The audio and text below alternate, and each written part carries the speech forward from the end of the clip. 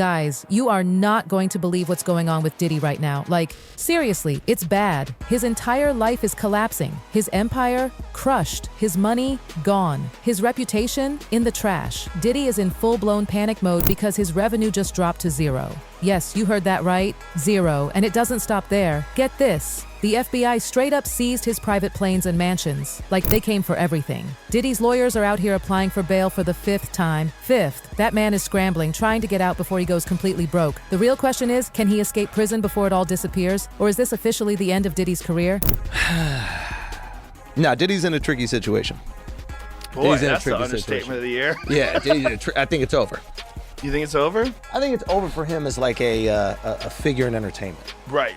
But do you think it's over as him as far as jail? like he gets a cell right next to R. Kelly? I don't think so. I don't think he gets locked up. I think he skates. I think he skates. Or he goes to like Bali. Oh, yeah. Yeah. That's a move, huh? I wanted to clear right here over these digital airwaves of YouTube that the career of Sean P. Diddy Combs, as we know it, it's over. This shit's over. It's over in the worst possible way. One of the worst possible ways you can imagine. Before all this drama hit, Diddy was living large. We're talking second richest man in hip-hop. Over $1 billion net worth, dozens of brands, VIP meetings with the likes of Jay-Z and Mark Cuban. And don't even get me started on the New York mayor Eric Adams handing him the literal key to the city, just weeks before everything came crashing down. It's 2020, y'all. Yeah. And it's different than when it was 2016. You know, the game has been elevated. As we can tell, there's no expense being spared. We had a black billionaire's lunch. He already has the keys to some pretty exclusive places, and now Sean Diddy Combs can add New York City to that list. It's Diddy Day in the city. Videos have been playing on the Jumbotron for TSX Broadway, and the crowd waited. Then around 11:30, the doors opened for the mayor and the artist.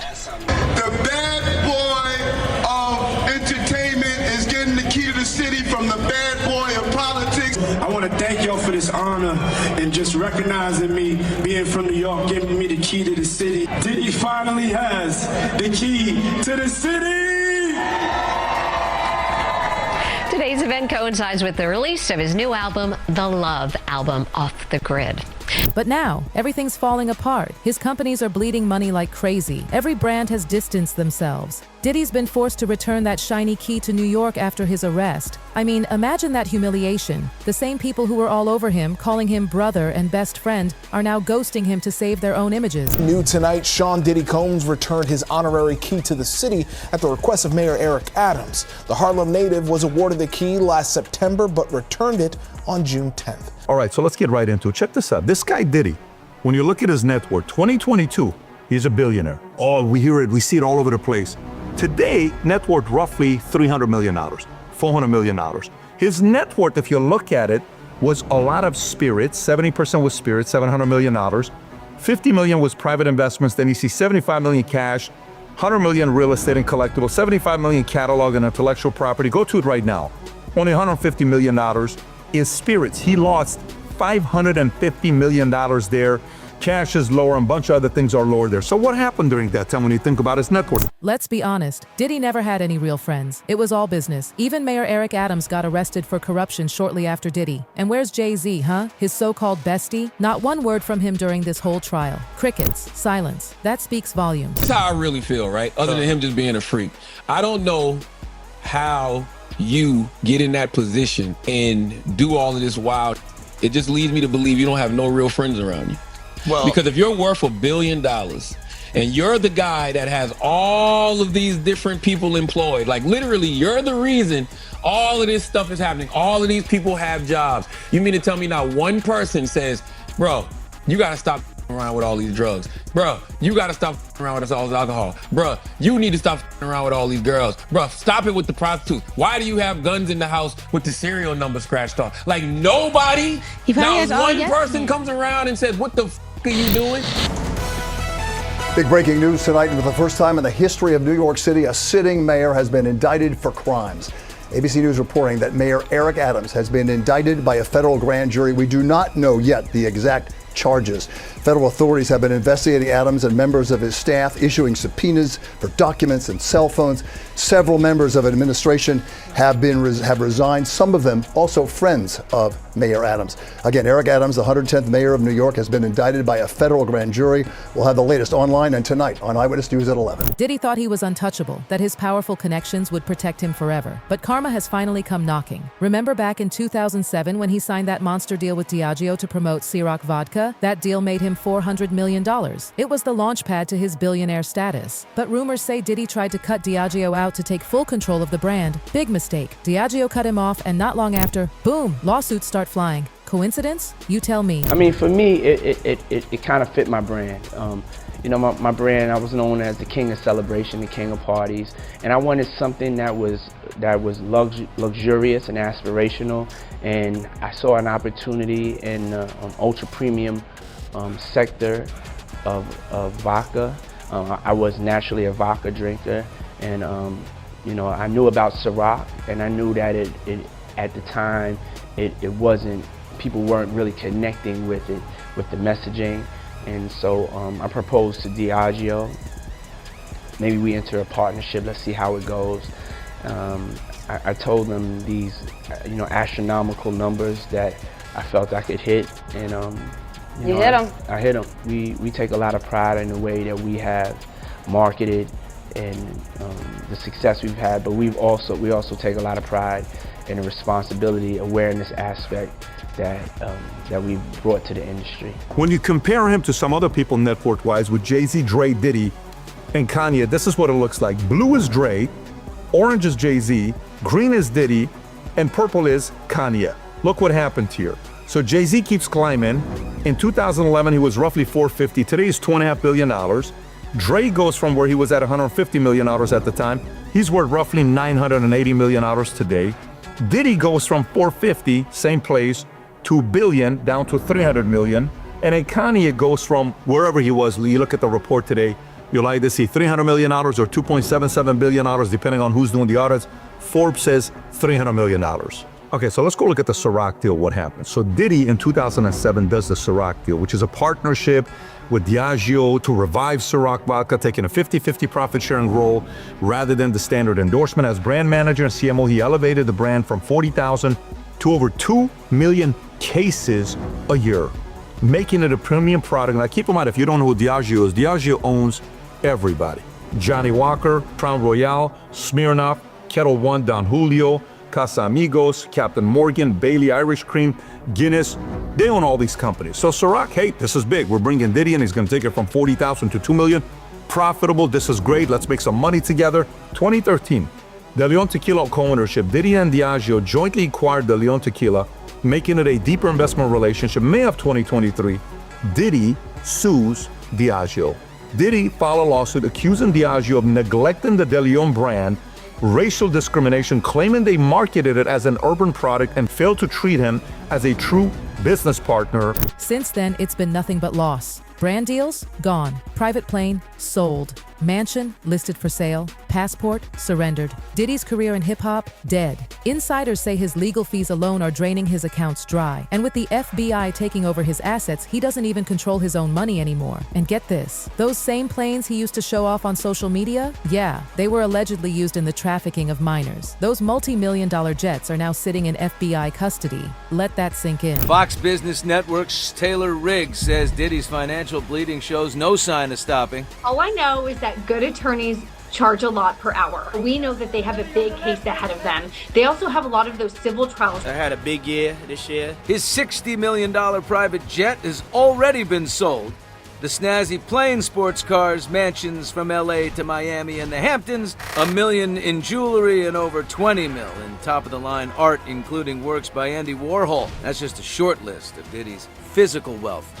But now, with his legal nightmare getting even more frightening, Diddy put his Beverly Hills mansion, that was raided in March, on the market for $61 million. If people don't want to touch anything with your name on it, you have to look at other tangible assets that you can sell. The 54-year-old's long legal fight ahead includes over 24 current cases alleging sexual racketeering, sex trafficking, Diddy has vehemently denied all the charges and accusations against him. And a Justice Department forfeiture action that could cost him his empire. An empire that prosecutors allege was built, at least in part, through a pattern of criminal activity, including alleged sex trafficking, drug distribution, and violence, all used to advance what they call a racketeering enterprise. In the unsealed indictment, prosecutors outline how his business and personal assets allegedly played a role in carrying out or concealing the crimes. This means any assets connected to the behavior, even indirectly, could be seized, including real estate, companies, vehicles, and aircrafts. Now, his $60 million private jet has reportedly already been sold. The Beverly Hills estate is currently on the market for $61 million. And while Combs still owns his $48 million Miami mansion, a judge denied his request to use it as collateral for bond. Nobody knows exactly how much the FBI is going to take, but one thing is certain. Diddy's not walking away from this rich. He's already lost over $600 million, and he hasn't even been sentenced yet. $600 million. By the time he gets out, if he gets out, he might not have anything left. No brands, no deals, no backup. And as for his celebrity friends, they've left him in the dust. In an effort to protect what's left of his assets, Combs hired Stefan Casella, former deputy chief of the Justice Department's asset forfeiture and money laundering section, to fight the forfeiture action. If the jury finds Combs guilty, it will be up to them to determine how much of Combs' assets are subject to forfeiture. Anything forfeited after a conviction could be used to support alleged victims. Sean Combs denies all allegations. And to help us break down what's at stake, I'm joined by Jim Trusty. He's the former chief of the Department of Justice, Organized Crime and Gang Section. Jim, thank you so much for coming on today. Sure, good to be here. So, Jim, let's start with the forfeiture. This isn't just about prison time anymore. Prosecutors want his empire. From what you've seen in the filings, how aggressive is this? Well, it looks to be very aggressive, and there's a couple of reasons I say that. The first is it's very broadly worded. What they're talking about is essentially any property, real or personal, that could constitute either facilitating property or instrumentalities, they call it, or proceeds. And so that's kind of the whole business empire of P. Diddy being at risk. And that's the second part, which is it's a RICO case, a criminal enterprise case, where they've defined the organization, the criminal enterprise, as not just Sean Combs, but as all these business interests that he has, including liquor labels, music labels, everything else you can think of. So they've set it up in a way where when they get to a forfeiture phase, if there's a conviction, the sky's the limit, and it looks like they're going to try to take a piece out of him everywhere he's ever touched. According to insiders, his legal bills are stacking up faster than anyone can imagine. Ex-federal prosecutor Nima Romani, he's a real expert, said Diddy's probably going to shell out more than $10 million just for his defense. These top-tier criminal lawyers, they charge $1 million or more just to start. And Diddy has a whole army of them working his case right now. No surprise, considering his billion-dollar net worth and the fact that his freedom is on the line. And here's what people don't realize. Diddy's not just burning money on defense. His income sources are collapsing one by one, if not already collapsed. Ciroc's parent company, Diageo, dropped him quietly. No fanfare, no public fight, just a quiet, chilling severance. Revolt TV is bleeding viewers and advertisers amid backlash over Diddy's involvement. Staff are quitting. Execs are jumping ship. He already sold his stake in it, but now that's died. Sean John is a ghost brand, barely sold in department stores, relying on licensing deals that are now being reevaluated.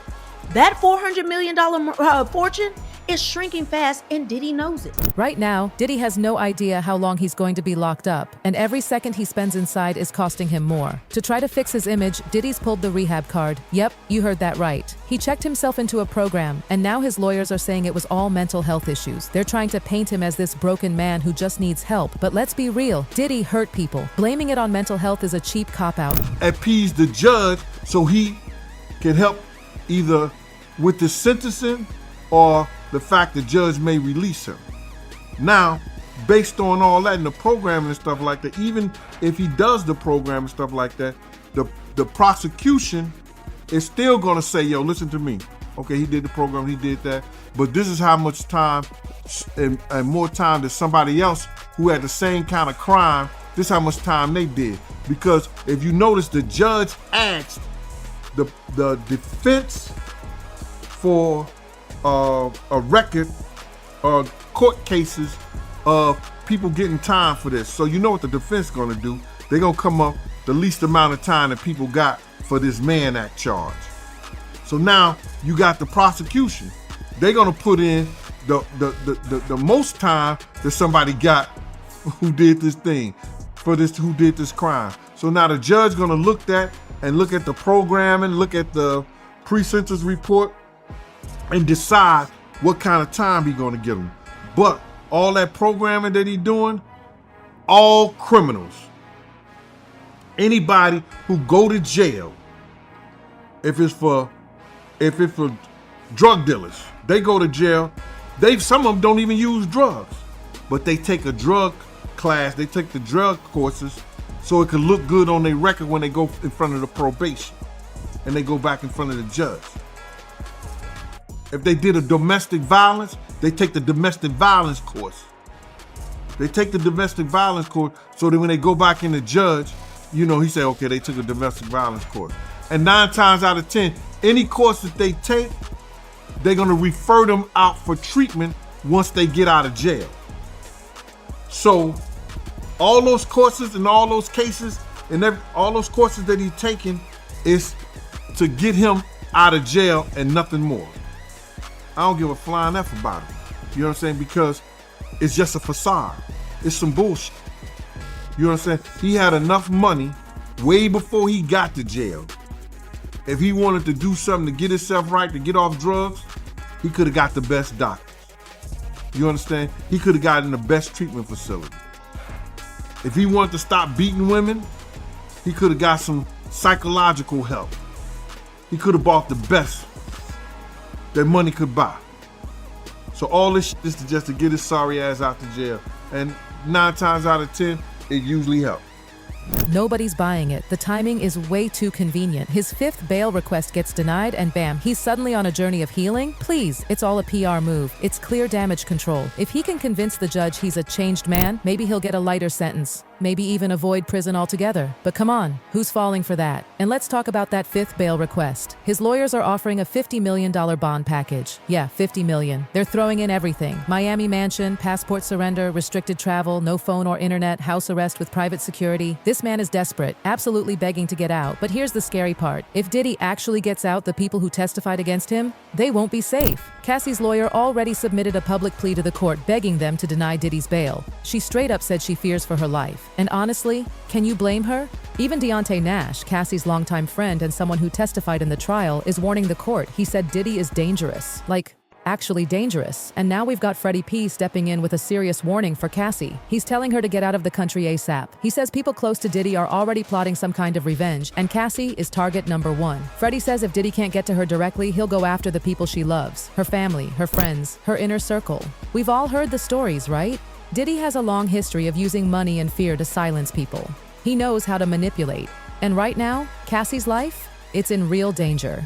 Now, believe it or not, some people still think Diddy might bounce back from this. Like, they actually believe he could pull a rebrand and use all this scandal for some new image or brand strategy. But let's be real, no, you do not come back from this. This wasn't a one-time mistake. This was a decades-long operation built on control, fear, and exploitation. You don't slap a pretty label on that and call it personal growth. That's not redemption. That's delusion. Nobody really knows what the court is going to decide when Diddy finally gets sentenced. But get this, Suge Knight, of all people, claims that Diddy is actually an FBI informant. Yup, he's saying the feds won't lock Diddy up for too long because Diddy's been feeding them information. If that's true, then Diddy might actually walk. He could literally get his planes back, his money, his mansions, the whole empire, restored. Can you imagine? A man accused of trafficking, manipulation, and destruction just walking out of court, free because he knows too much? Wild. And now, everything Diddy built, the billion-dollar empire, the luxury, the fame, the power, it's all crumbling. The friends, gone. The brands, bailed. All that's left is a trail of broken lives and way too many unanswered questions. The 5th bail request, that $50 million offer, the sudden rehab stunt. It's all one desperate attempt to rewrite the story before the final chapter is sealed shut. But here's the real question. Do you think Diddy's going to walk free? Or is this finally the end of the empire he thought would last forever? Let us know in the comments.